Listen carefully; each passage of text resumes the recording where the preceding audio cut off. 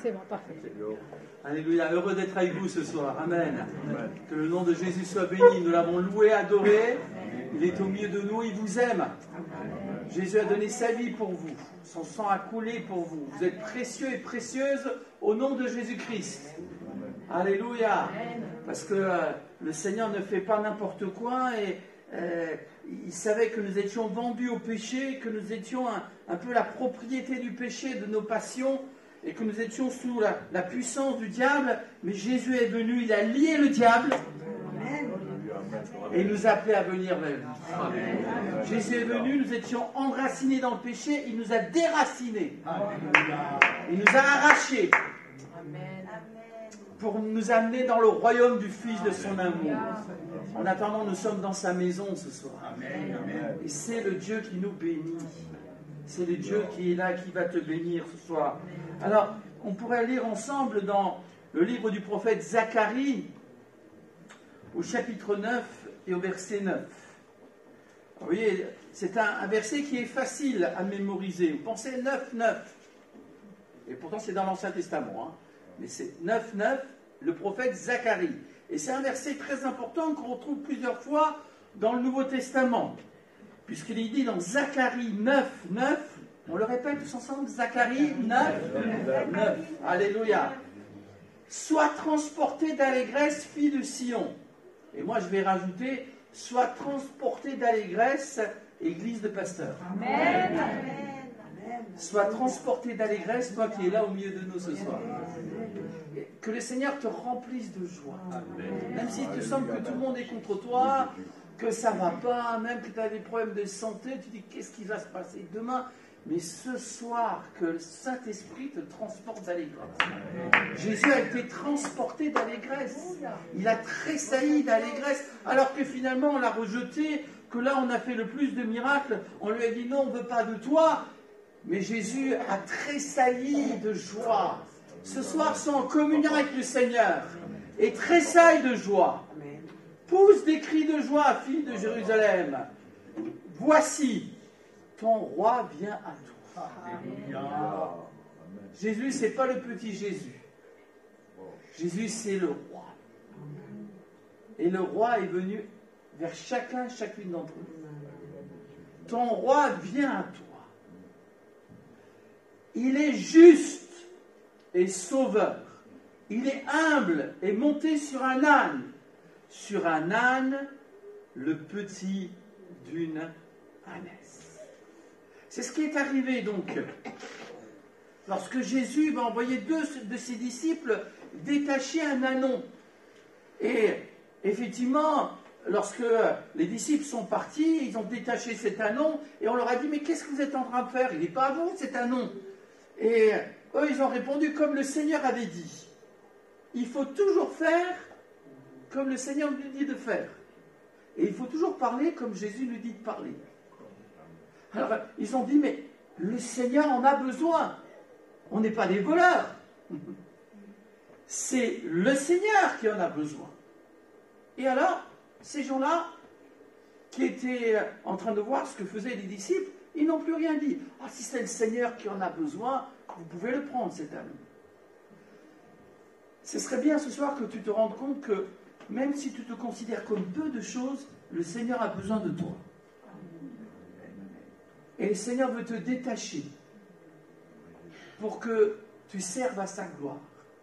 D'ailleurs, c'est formidable que le Dieu qui a tout créé et qui normalement n'aurait besoin de personne, le Dieu qui a créé les étoiles, le Dieu qui a créé tous les poissons de la mer, tous les oiseaux du ciel, le Dieu qui a créé Nice, qui a créé la Côte d'Azur, le Dieu qui nous a créés. Mais c'est formidable, je trouve. C'est formidable qu'ils disent « J'ai besoin de toi ». C'est formidable que sur la croix, ils disent « J'ai soif ». Parce que c'était plus que de l'eau qu'il avait soif. Il avait soif de toi. Il a soif de communion avec toi. Il a soif de te sauver. Il a soif de te relever. Il a soif que tu prennes un autre chemin. Il a soif que tu aies d'autres pensées pour sa gloire. Comment c'est possible que le Seigneur de l'univers, tous les anges sont à sa disposition, tous les chérubins, tous les séraphins, et dit, mais moi j'ai besoin d'un petit anon. Comment, Seigneur? Tu as besoin d'un petit anon? Oui. Parce qu'il y a une prophétie qui doit s'accomplir. Dans Zacharie 9:9, il est dit, eh bien, il est monté, il est humble, il est monté sur un âne. Vous savez, à l'époque, quand les conquérants venaient, quand les Romains sont venus, ils venaient sur des chevaux avec des épées. Et tous les conquérants, tous les rois avaient des chevaux magnifiques. Et ils montraient leur puissance avec leur armée. Et quand Jésus va entrer, eh bien, à Jérusalem, quand il va aller vers Jérusalem, il est monté, non pas avec une armée avec des épées, mais avec des disciples. Devant, il y avait des disciples. Derrière, il y avait des disciples. Et vous savez ce qu'il disait? Il ne disait pas à la guerre, à la guerre. Il disait Hosanna. Hosanna. Est-ce qu'on peut le dire ce soir? Hosanna. Hosanna. Béni soit celui qui vient au nom du Seigneur. Alléluia. Quelle drôle d'armée. Mais c'est qui ces gens-là? Mais c'est quoi cette foule? Alors vous avez entendu parler quand même du miracle de Lazare, le roi Jésus qui est plus fort que la mort. Mais Jésus n'est pas venu dans un char, il n'est pas venu entouré d'anges, il est venu humble. Il est né d'une vierge. Il était parmi les pauvres, dans une famille pauvre. Et dès le départ, on a voulu le tuer, il a dû s'enfuir. Ses parents ont pris soin de lui. Mais c'est surtout Dieu qui a pris soin de lui.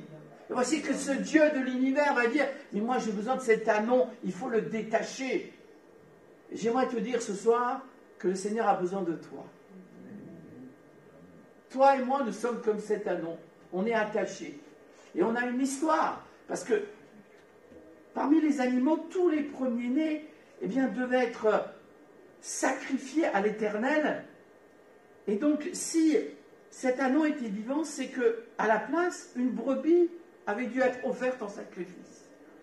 Si nous sommes vivants, c'est parce que la brebis de Dieu, l'agneau de Dieu, a offert sa vie en sacrifice. Pour toi et pour moi.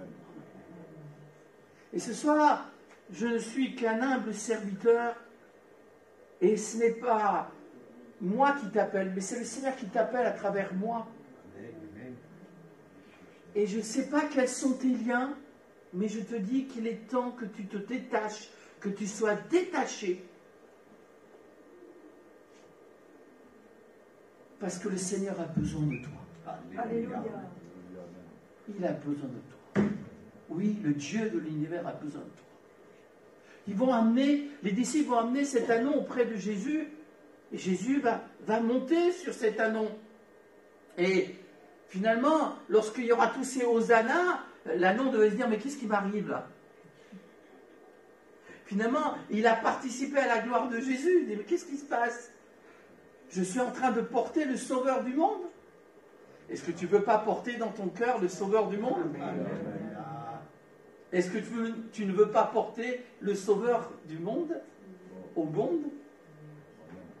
Il y a toute une foule autour de toi. Tu as des amis.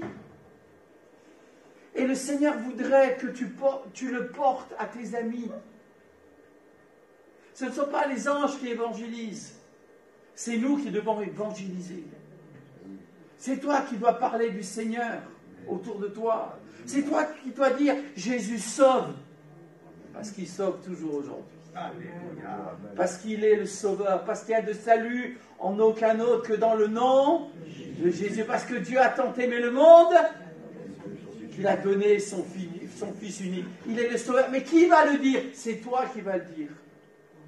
C'est nous qui devons porter Jésus au monde. C'est nous qui devons être environnés de Hosanna, de Alléluia, de cantiques à la gloire de Dieu. Amen.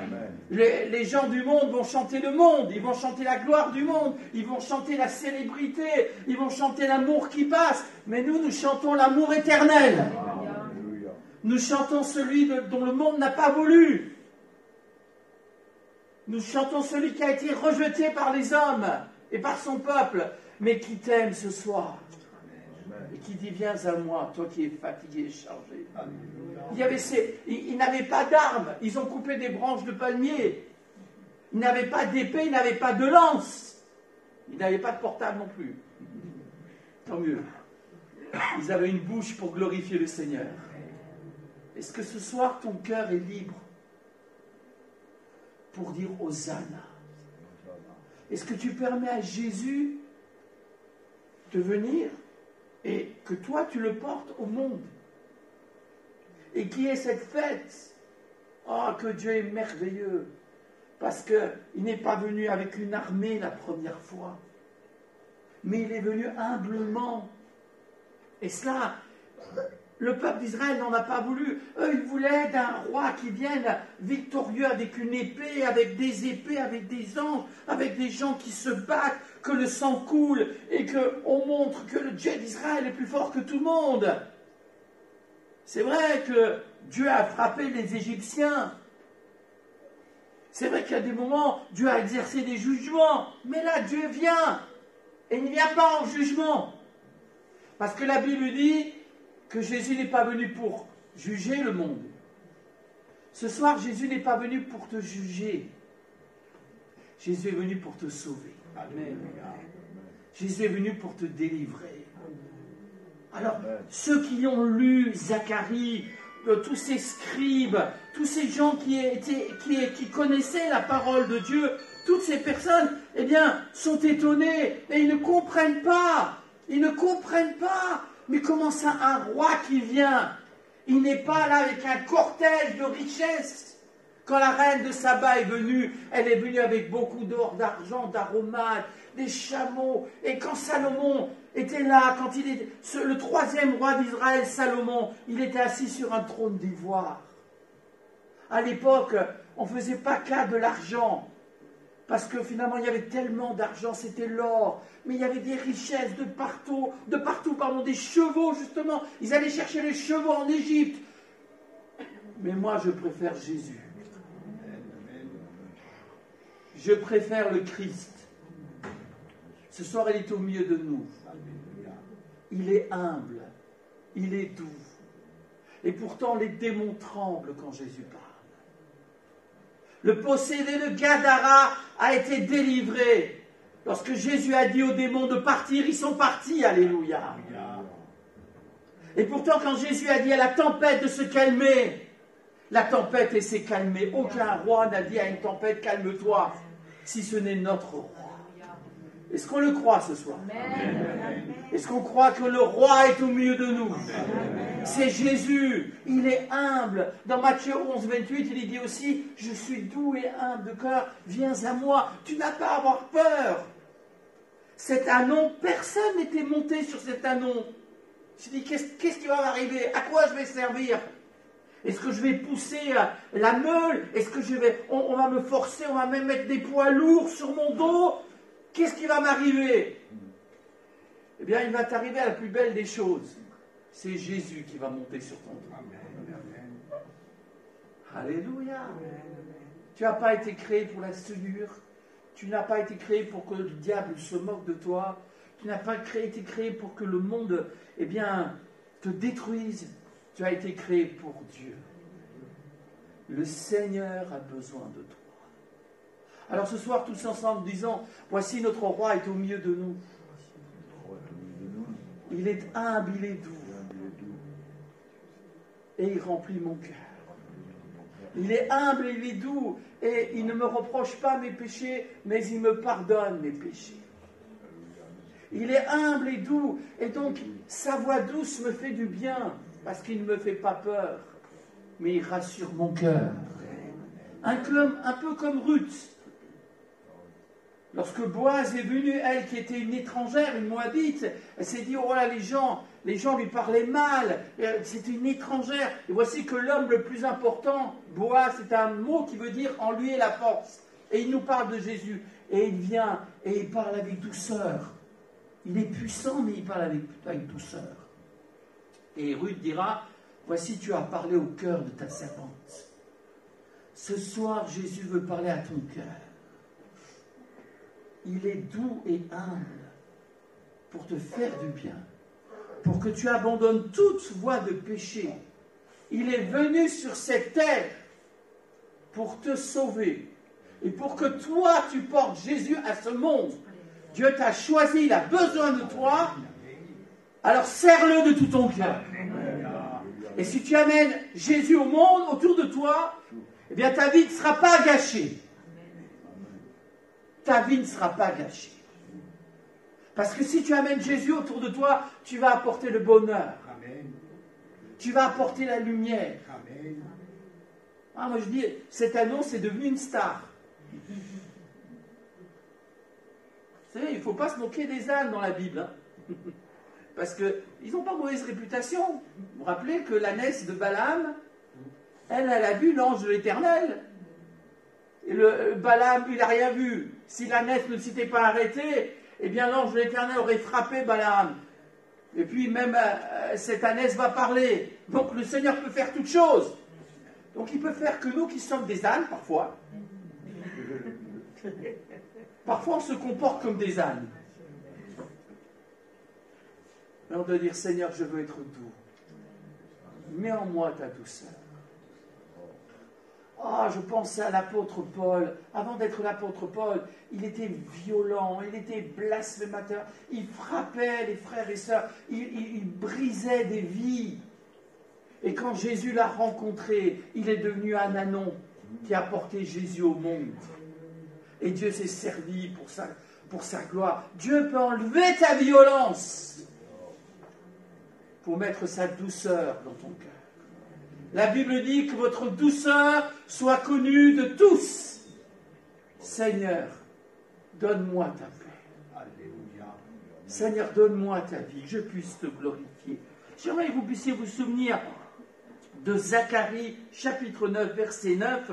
Voici ton roi vient à toi, il est juste et humble et monté sur un âne, le petit d'une ânesse. Et puis on lit, ça c'était la première venue de Jésus, qui a été prophétisée par Zacharie. On lit dans Apocalypse au chapitre 19.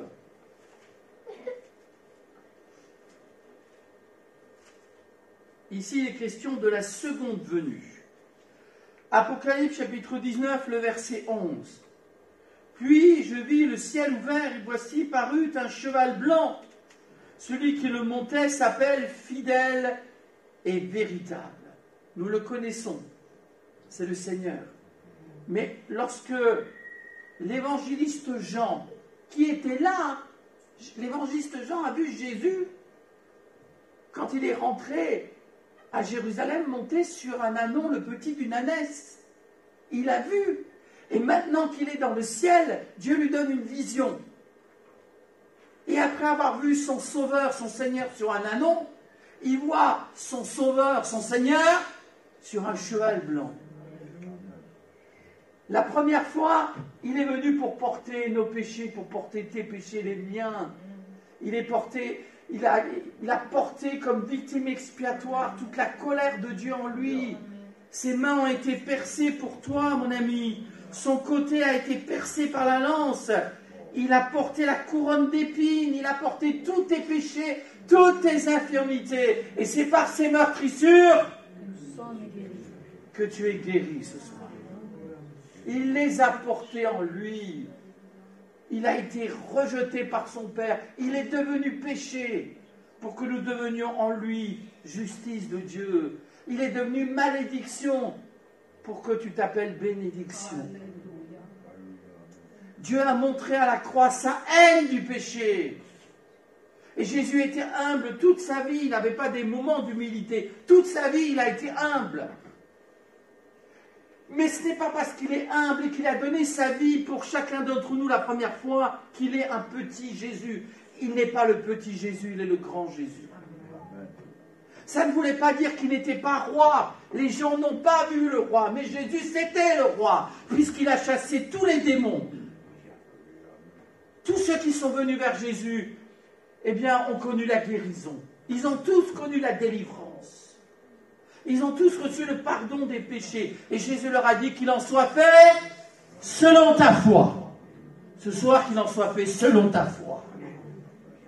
Et que tu aies une petite foi dans un grand Dieu. Dans un grand roi. Jésus a toujours été le roi. Mais il est venu humblement la première fois. Et là, qu'est-ce qu'on voit dans l'Apocalypse? Il n'est plus monté sur un ânon qu'on a besoin de détacher. Ce n'est pas un ânon qui le porte. Il vient dans toute sa gloire et il est parlé d'un cheval blanc. Et il est appelé le fidèle et véritable. Il juge et combat avec justice. Ses yeux étaient comme une flamme de feu. Ce soir, j'aimerais te dire que le Seigneur te regarde. Et que dans ses yeux, il y a de l'amour pour toi. Mais que rien n'échappe à Dieu. Jésus voit tout. Ce que les hommes ne voient pas, lui le voit. Il veut te dire qu'il t'aime. Mais il veut que tu sois pur et saint.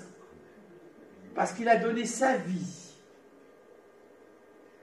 Ses yeux étaient comme une flamme de feu. Sur sa tête étaient plusieurs diadèmes, c'est-à-dire plusieurs couronnes. Il n'a pas qu'une couronne, il a toutes les couronnes. Il a tous les mérites.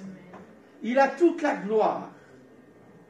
Vous imaginez tous les gens que Jésus a sauvés sur la terre entière? Aux États-Unis, en Amérique du Sud, en Asie, en Chine, en Inde, en Europe, dans le monde entier, le Saint-Esprit agit. Dans le quartier pasteur, le Saint-Esprit agit. Jésus t'a sauvé, toi. Toi aussi, tu es cet ânon. Et si tu portes Jésus autour de toi, si tu n'as pas honte de Jésus, si tu souffres pour Jésus, si tu dis Hosanna, béni soit celui qui vient au nom du Seigneur, tu le verras revenir la seconde fois. Tu reviendras avec lui. Avec celui qui a toutes les couronnes, plusieurs couronnes. Il avait un nom écrit que personne ne connaît si ce n'est lui-même. De sa bouche sortait une épée aiguë. La seconde fois, il viendra avec une épée tranchante. La seconde fois, il ne viendra pas humblement. La seconde fois, il viendra pour établir son règne. Et tous ceux qui, depuis des siècles et des siècles, prient, Seigneur, notre Père qui es aux cieux, que ton règne vienne. On peut le dire ce soir, que ton règne vienne. Mais un jour, il va venir. Un jour, M. Macron ne régnera plus. Un jour, les milliardaires ne régneront plus. Les politiciens ne régneront plus. L'ONU ne régnera plus. Mais un jour, celui qui est venu humblement sur un ânon qui a été détaché par 2 disciples va revenir avec toute son armée céleste. Est-ce que tu ne veux pas en faire partie? Ne me dis pas que tu es un ennemi du Seigneur par ta vie, par ton indifférence. Si toute ta famille est chrétienne et que toi tu ne l'es pas, tu seras privé éternellement de la gloire de Dieu. Ne me dis pas que tu veux être parmi les perdants. Parce que Jésus, non seulement est le roi, mais il est le roi des rois et le Seigneur des seigneurs. Et il est dit dans Apocalypse chapitre 19, verset 16, il avait sur son vêtement et sur sa cuisse un nom écrit, Roi des rois et Seigneur des seigneurs. Alors la première fois, il dit, voici ton roi vient à toi. Il vient pour un peuple, il vient pour une ville, pour sa ville. Mais quand il reviendra, il ne viendra pas que pour une ville, mais il viendra pour toutes les villes de la terre. À Dieu soit la gloire. Toutes les villes de Dieu appartiennent à Jésus-Christ. Tous les continents appartiennent à Jésus-Christ. À l'Éternel, la terre et tout ce qui renferme. Tu appartiens au Seigneur. Ton corps lui appartient. Il est le maître du temps. Il n'est pas le roi d'un endroit ou d'un moment. Il est le roi des rois. Et le Seigneur des seigneurs. Il y a quelque temps, en Angleterre, il y a une des reines, il y a eu cette reine qui est décédée, qui a régné tellement longtemps, et dans le monde entier, on en a parlé de cette reine en Angleterre. Mais vous savez que lorsqu'elle a été couronnée, Alors qu'elle était encore jeune, elle a été couronnée, et on a mis une couronne sur sa tête. Et l'homme de Dieu qui a mis cette couronne a dit, aujourd'hui je mets cette couronne sur sa tête jusqu'à ce que le Seigneur revienne. Et à ce moment-là, elle te sera ôtée. Parce que toutes les couronnes, tous les empires, tous les royaumes appartiennent au Seigneur des Seigneurs et au Roi des Rois. Ah ça, les médias ne l'ont pas dit. Ils n'en ont pas parlé de ça. Parce que les médias n'y croient pas. Mais nous croyons dans la parole. Amen. Ce n'est pas les médias qui vont parler, ce n'est pas la télévision qui vont parler du Roi des Rois et du Seigneur des Seigneurs. C'est nous qui glorifions le Seigneur. C'est nous qui croyons dans sa parole. Et quand il va revenir la seconde fois, il ne va pas revenir humblement, donc simplement. Il va revenir avec toutes les armées du ciel. Il va revenir avec tous ceux qu'il aime. Il va revenir protéger son peuple. Il va établir un règne de 1000 ans sur la terre. À Dieu soit la gloire. Et voici ton roi. C'est le roi des rois. Est-ce que nous le croyons ce soir? Jésus a écrit ton nom et ton prénom sur son livre de vie. Et il l'a écrit en lettres de son sang. Tu lui appartiens. Il est ton roi. Nous sommes en France, nous sommes dans une démocratie, nous respectons les lois de la République, mais nous avons un roi qui s'est abaissé sur cette terre. Nous avons un roi qui est parfait. Nous avons un roi qui est saint. Nous avons un roi qui est juste, qui est pur. Et ce roi, un jour, va régner sur toute la terre. Ce roi, c'est le roi des rois. Et c'est le Seigneur des seigneurs. La première fois, il est venu monter sur un ânon. La seconde fois, il viendra sur un cheval blanc avec toutes les armées célestes. Et ce soir, j'aimerais que tu réalises qu'il est roi sur ta maladie. Il est plus fort que ta maladie. J'aimerais que tu réalises qu'il est plus fort que ta dépression. J'aimerais que tu réalises qu'il est plus fort que ta solitude. J'aimerais que tu réalises qu'il est plus fort que tes chaînes, quelles que soient tes chaînes. Et que tout est possible à celui qui regarde le roi des rois. Vous vous souvenez qu'on s'est moqué de Jésus. Pilate s'est moqué de Jésus. Les principaux sacrificateurs se sont moqués de Jésus. S'il est le roi d'Israël, qui descend de la croix et qui nous sauve, on s'est moqué du Seigneur. On s'est moqué de lui. Mais alléluia, personne n'avait compris à ce moment-là qu'il était le roi, mais il était vraiment le roi. Lorsque les soldats romains, c'est pas grave, regardez-moi, c'est pas grave. Les soldats romains, lorsqu'ils ont mis le manteau de pourpre, c'était pour se moquer de Jésus. Tiens, on te donne un sceptre, c'est un roseau. Pourquoi on a mis cette couronne d'épines? Parce que dis, toi, tu es un roi, toi. Mais c'est parce qu'on s'est moqué de lui.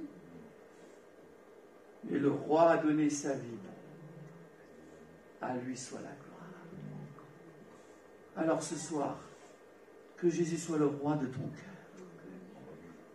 Qu'il soit le premier dans ta vie. Et tu verras qu'il va revenir sur les nuées avec puissance et une grande gloire. Amen. On se recueille. J'aimerais faire un appel ce soir.